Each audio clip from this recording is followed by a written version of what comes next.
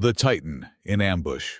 Andrew Carnegie was forging steel, while another man was silently waiting in ambush to control the black gold flowing through the veins of the world. Oil. History may wish to remember him as a philanthropist, but the archives reveal another reality. He was a chess master who didn't just destroy his rivals, but made them a part of his system, introducing the world's first billionaire and the architect of absolute dominance, John D. Rockefeller. When he was born in a poor town in New York in 1839, no one could have guessed that this boy would change the flow of the world economy. His father, William Avery Rockefeller, was a traveling charlatan and a seller of fake elixirs. He would leave his family alone, disappear for months, and then suddenly return home. Young John made a vow amidst this instability. My life will never accept chaos. Everything will be orderly. Everything will be under control. At the age of 16, he started working at a bookkeeping office in Cleveland. His weekly earnings were $4. However, he wasn't there to make money, but to understand systems. Every evening, he would examine the accounting ledgers and know the numbers by heart. His boss once told him, "John, you don't see the numbers, you see the truth behind them." This talent would make him a billionaire. In 1859, the first oil well was discovered in Pennsylvania, and the whole world went crazy. Thousands of people were digging their land to find oil. This was like the gold rush of the modern era. But Rockefeller thought differently. He never invested in oil wells. Instead, at the age of 23, he found a partner and established a small refinery in Cleveland. Starting capital, $4,000. Why a refinery? Because Rockefeller understood this. Everyone finds the oil, but no one can process it properly.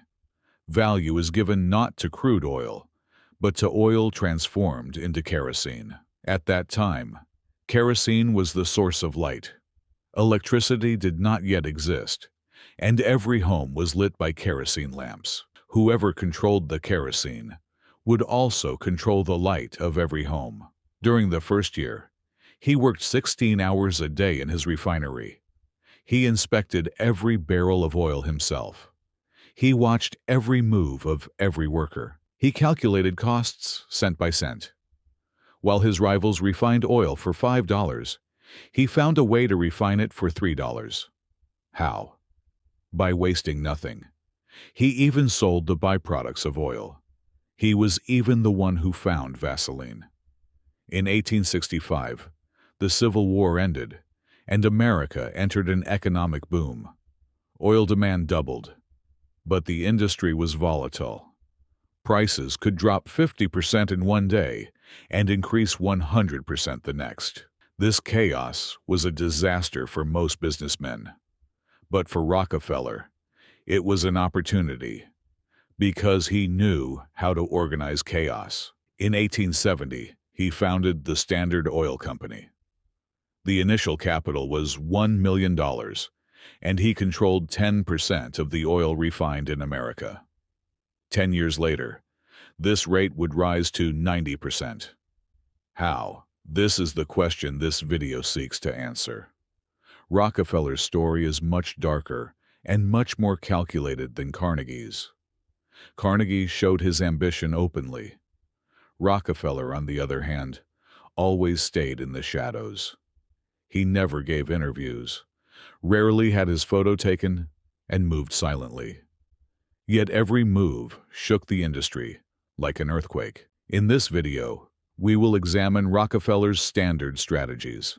These strategies are the same monopoly tactics used today by every giant company, from Amazon to Google. If you want absolute dominance in the market, you must read Rockefeller's playbook.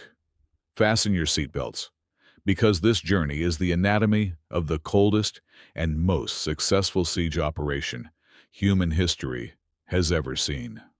Order in the midst of chaos. The oil industry in the 1860s was literally a gamble. One day you were rich. The next day you were bankrupt. A barrel of oil was $10 today and $2 tomorrow. There was no stability, no plan, no order. Everyone was digging oil wells. Everyone was opening refineries. Everyone was trying to sell oil. Titusville, in the oil region of Pennsylvania, was a center of total madness. It resembled the gold rush in California. People had set up slums and were trying to transport oil in horse-drawn carriages on muddy roads. Fires often broke out. Explosions happened, and people died. But no one cared because oil promised instant wealth.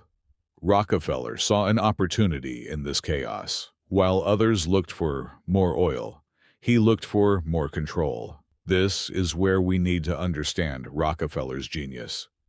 He didn't play a game of luck. He never sat at the gambling table. Instead, he chose to be the owner of the casino. His first strategy was this: don't be the one who finds the oil. Be the one who refines and transports it. Why? Because oil wells are a gamble. You dig a well somewhere. Maybe oil comes out, maybe it doesn't. Even if it does, prices could collapse tomorrow, and you'd go bankrupt. But a refinery is different. It is needed in every situation. Whether oil is plentiful or scarce, someone has to process it. Rockefeller's formula was simple. Owning the source makes you rich, but controlling the distribution makes you a king. He applied this principle in every area of his life. By 1865, the refinery he had built with his partner Samuel Andrews had become the largest refinery in Cleveland. But Rockefeller was not satisfied with this. He constantly improved his refinery. Every month he found a new efficiency. For example, he even saved on the nails used in barrel making. His rivals made a barrel with 40 nails. Rockefeller reduced it to 39. How important can one nail be? When you produce 200,000 barrels a year, that means 200,000 nails. This means saving thousands of dollars. Then he looked at the byproducts. There were wastes that appeared during the oil refining process. His rivals threw these away or burned them. Rockefeller sold them. He marketed everything from Vaseline, paraffin, and naphtha to tar and asphalt. He extracted maximum value from a barrel of oil. But his biggest move was logistics. At that time, oil was transported by rail. Railroad companies charged high shipping fees from refiners. Rockefeller offered them a deal. Give me a discount, and I guarantee that I will send 60 wagons of oil every day. The railroad companies accepted because stability was important to them. A customer sending regular cargo every day was much more profitable than returning with empty wagons. Rockefeller received a 50% discount. While his rivals paid $2 per barrel for shipping, he paid $1. This difference was enough to destroy them. But Rockefeller didn't stop there. He also offered the railroad companies, "Give me a portion of the shipping fees you collect from my rivals." Yes, you heard right. When his rivals paid for shipping, part of that money went into Rockefeller's pocket. This was called the Drawback system and was completely legal. Imagine, you are a rival refiner. You pay $2 per barrel to the railroad. Part of this money goes into your rival Rockefeller's safe. He takes this money, lowers his prices even further, and wipes you off the market. This was an economic war, and Rockefeller was masterfully using every weapon. In the early 1870s, there were 26 refineries in Cleveland. Rockefeller bought 22 of them. How? He didn't print money. He didn't even pay cash for most of them. He gave them Standard Oil shares. "Give me your refinery, and in return, become a partner in my company," he said. Thus, he both took over the refineries and turned his rivals into his partners. This was the smartest way to win the war. Lesson 1. He who controls chaos also controls the market. In an industry where everyone is racing in panic, the one who establishes order wins. Rockefeller's success came not from oil, but from controlling the systems around oil. What is the chaos in your industry? Can you organize it? Standard strategy. The Cleveland Massacre. The year 1872 is the darkest year in American oil history. It is called the Cleveland Massacre. But this was not a war where blood was shed. It was the systematic takeover of the market. Rockefeller, in just 4 months, bought 22 of his 26 rivals in Cleveland. How? By offering them 2 options. Either become a part of Standard Oil, or you will be destroyed. This offer came from power, not politeness. Rockefeller held all the cards. Thanks to secret deals with railroads, his shipping costs were half those of his rivals. He received discounts when buying crude oil because he came with massive volume. Due to the efficiency of his refinery, his production cost was the lowest. His rivals could not compete with Rockefeller's prices. He was selling kerosene for 26 cents per barrel. His rivals were producing it for 28 cents. A 2-cent difference was a death sentence for a company. Rockefeller's acquisition tactic was this. First, he would research the financial situation of the target company. He knew all the details. Then, he would meet with the owner and ask this question. How much would you sell your company for? The other party would state a price. Rockefeller would pull out the ledgers and calculate the true value. Then, he would say, I can pay you this much, cash or Standard Oil stock. The choice is yours. If the other party refused, Rockefeller would move to Plan B. He would lower his prices and be willing to take a loss until he bankrupted that company. Because Standard Oil was large, it could sustain the loss. However, a small refinery would go bankrupt if it took a loss for 3 months. Then the company owner would come back and agree to sell his company at a much lower price. Rockefeller played this psychological war perfectly. No anger, no rush, no emotion. Just cold, calculated steps. One rival, Frank Rockefeller, wrote this. When I went to see him, he showed me all my numbers. I thought I knew my own business better than him, but I was wrong. He knew how much debt I had incurred, which customers I had lost, and which of my machines were aging. He told me, you will go bankrupt in 6 months, or sell to me today and be saved. I sold. The end of the Cleveland Massacre resulted in Standard Oil controlling 25% of the American oil refining industry. But this was just the beginning. Rockefeller set his sights on all of America. In the next decade, he bought the refineries in every major city, from Pittsburgh to New York, from Philadelphia to Baltimore, one by one. By 1880, Standard Oil controlled 90% of the oil refined in America. 90%. This was the largest monopoly in history. How can one person control 90% of an industry? Rockefeller's tactic was not to destroy his rivals. It was to include them in the system. He made the owners of the companies he bought managers of Standard Oil. He gave them stock. In this way, he both benefited from their talents and gained their loyalty. Also, secrecy was very important. The companies he bought appeared independent from the outside. The public thought there were 50 different oil companies. However, they all belonged to Standard Oil. This was one of the first examples of the holding model. Rockefeller was also the inventor of modern corporate structures. A journalist asked him, "How do you defeat your rivals so easily?" Rockefeller replied, "I didn't defeat anyone. I offered them a choice. The smart ones accepted, the fools refused and went bankrupt. This is natural selection." These words summarized his philosophy. To him, the business world was like Darwin's theory of evolution. The strongest survives. The weak are destroyed. And he used every weapon to be the strongest. Lesson 2. To win in competition, it is not enough just to be better. You must build a game that your rivals cannot play. Rockefeller used every method from price wars to logistics control, from secret deals to psychological pressure. The problem is that these tactics are illegal today. However, understanding the principles is critical to solving the anatomy of modern competition. Vertical integration. Owning everything. Carnegie had applied vertical integration in steel. Rockefeller turned this into an art. He controlled every stage from the moment the oil was produced to the moment it reached the consumer's hand. The first step was pipelines. In the 1870s, oil was transported from wells by trucks. This was both expensive and dangerous. Then, someone invented pipelines. Oil flowed through pipes directly to refineries. This was a revolution.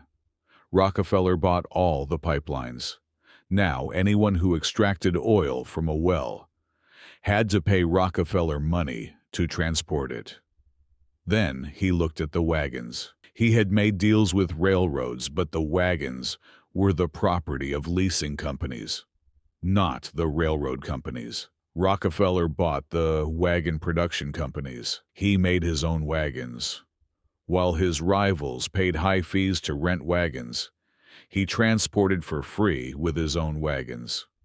But he didn't stop there. He bought the wood processing plants that made the wagons. He even bought the forests where that wood was cut. Massive forests in Michigan were the property of Standard Oil. Think about it. When a tree is cut, a wagon is made from that tree.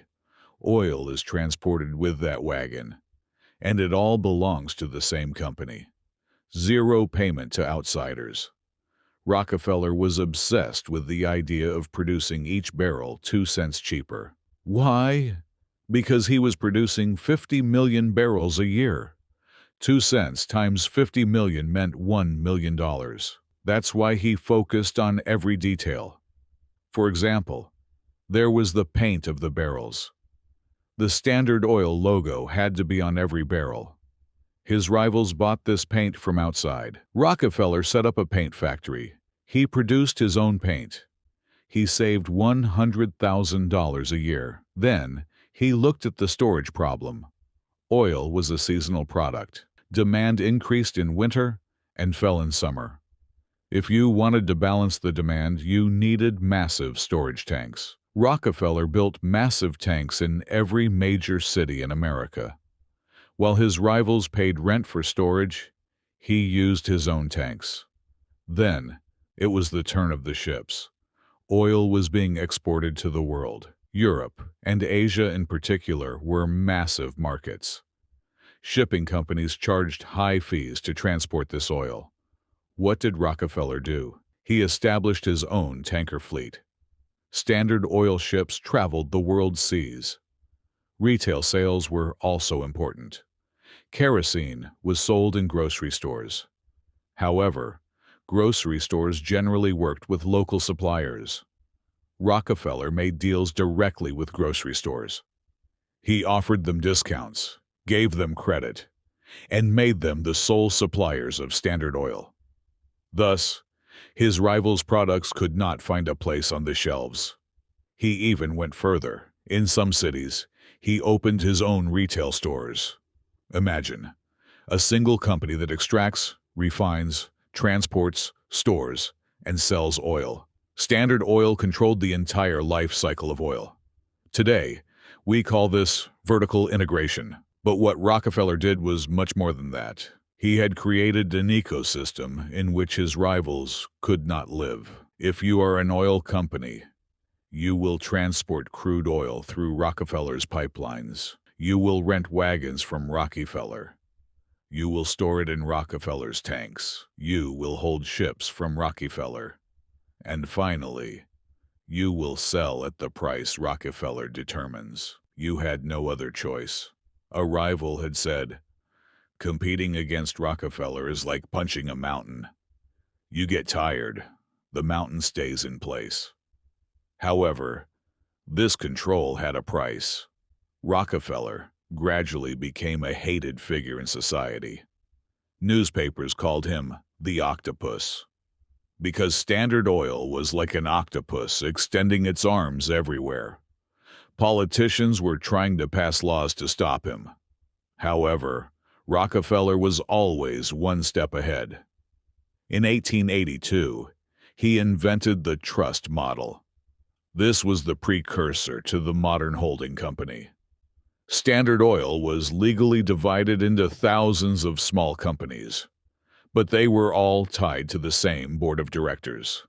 Thus, he bypassed the monopoly laws. The government said, "You are a monopoly." Rockefeller said, "No, we are 300 different companies." He was legally right. Lesson 3. Every cent paid to outsiders gives power to your rivals.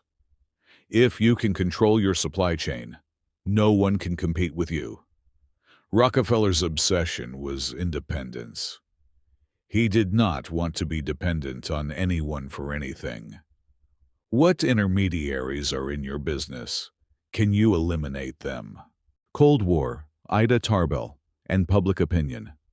Rockefeller won the economic war. However, he was losing another war, the public opinion war. In the early 1900s, a movement started in America, muckrakers. These were journalists who exposed the dirty secrets of large companies. And Rockefeller's greatest enemy was a woman, Ida Tarbell. Tarbell was the daughter of an oil company owner. Her father had been bankrupted by Standard Oil. Ida wrote a book not for revenge, but for facts. Her book, titled The History of the Standard Oil Company, was published in 1904 and had an earthquake effect. Tarbell exposed all of Rockefeller's secret tactics, his deals with railroads, how he crushed his rivals, and how he bypassed the laws with documentation. This book mobilized America. People began shouting, "Standard Oil is a monopoly and must be destroyed." Rockefeller had never cared about public opinion. He spoke with numbers, not with rivals. What people thought did not interest him. However, this was his biggest mistake. Because in a democratic country, public opinion activates the government. In 1906, President Theodore Roosevelt launched a trust-busting campaign. Standard Oil was the target. It was sued. The case lasted 7 years. Thousands of pages of documents were examined. Hundreds of witnesses were heard. In 1911, the decision was reached. Standard Oil violated America's antitrust laws and must be divided into 34 pieces. This was the largest company breakup in history. An empire was collapsed by court order. Everyone thought Rockefeller was finished. Newspapers carried victory headlines. "The octopus is slain," they wrote. However, the truth was very different. Rockefeller was a shareholder in all 34 divided companies, and each of those pieces became much more valuable when they became independent. Standard Oil of New Jersey became today's ExxonMobil. Standard Oil of New York became Mobil, and then merged with Exxon. Standard Oil of California became Chevron. Standard Oil of Indiana became Amoco and was bought by BP. Each of these companies is worth billions of dollars today. When the company was broken up, Rockefeller's fortune was $300 million. 10 years later, the value of the pieces increased, and his fortune rose to $1 billion. Rockefeller was the world's first billionaire. The court wanted to destroy him, but made him richer. This paradox shows Rockefeller's genius. He always thought long-term. Even if his company was broken up, his dominance in the oil sector continued. His rivals had to compete with his 34 pieces. And they all worked with the same culture, the same management philosophy. However, In the final years of his life, Rockefeller took a different path. He saw the hatred of the public and decided to change his image. He followed Carnegie's path of philanthropy. He established the Rockefeller Foundation. He donated millions to education, health, and science. He established the University of Chicago. He invested in medical research and funded the development of the yellow fever vaccine. He saved millions of lives. The irony was this: in the first 50 years of his career, he was the most hated man in the world. In the last 50 years, he was remembered as a philanthropic saint. He died in 1937 at the age of 97. Thousands of people came to his funeral. Newspapers remembered him as the philanthropist of the century. Lesson 4. Economic power is absolute, but public opinion power limits it. Rockefeller defeated his rivals but lost the public opinion. If you become a monster in the eyes of society, governments will target you. Today, Google, Amazon, and Facebook face the same problem. They are economically very powerful. But does the public love them? The legacy of oil and today. John D. Rockefeller's story is the anatomy of modern capitalism. He said he loved the free market, but at the same time, he tried every way to control that market. He was accused of killing competition, but at the same time, he lowered the price of oil and brought light into the homes of millions of people. This contradiction is critical to understanding his legacy. Was Rockefeller a hero or a villain? Answer: both. He played by the rules of his own era and won. However, the rules changed because of people like him. Today, antitrust laws exist because Rockefeller existed. Monopolization is forbidden because Standard Oil monopolized. Transparent accounting is mandatory because Rockefeller made secret deals. Many rules of the modern business world were written to close the loopholes of Rockefeller. Let's bring Rockefeller's standard strategies to the present day. What is Amazon doing? Vertical integration. It sells products, controls logistics, provides cloud services, operates an advertising platform. Just like Rockefeller, it controls the ecosystem. What is Google doing? It controls everything from search engines to advertising, from browsers to operating systems. Like an octopus, it extends its arms. If Tarbell were alive today, she would also write a book about Google. What is Tesla doing? It doesn't just produce cars. It produces batteries, sets up charging stations, sells energy, writes software. Vertical integration.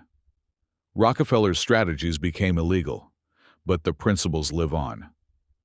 Because those principles are the basis of market dominance.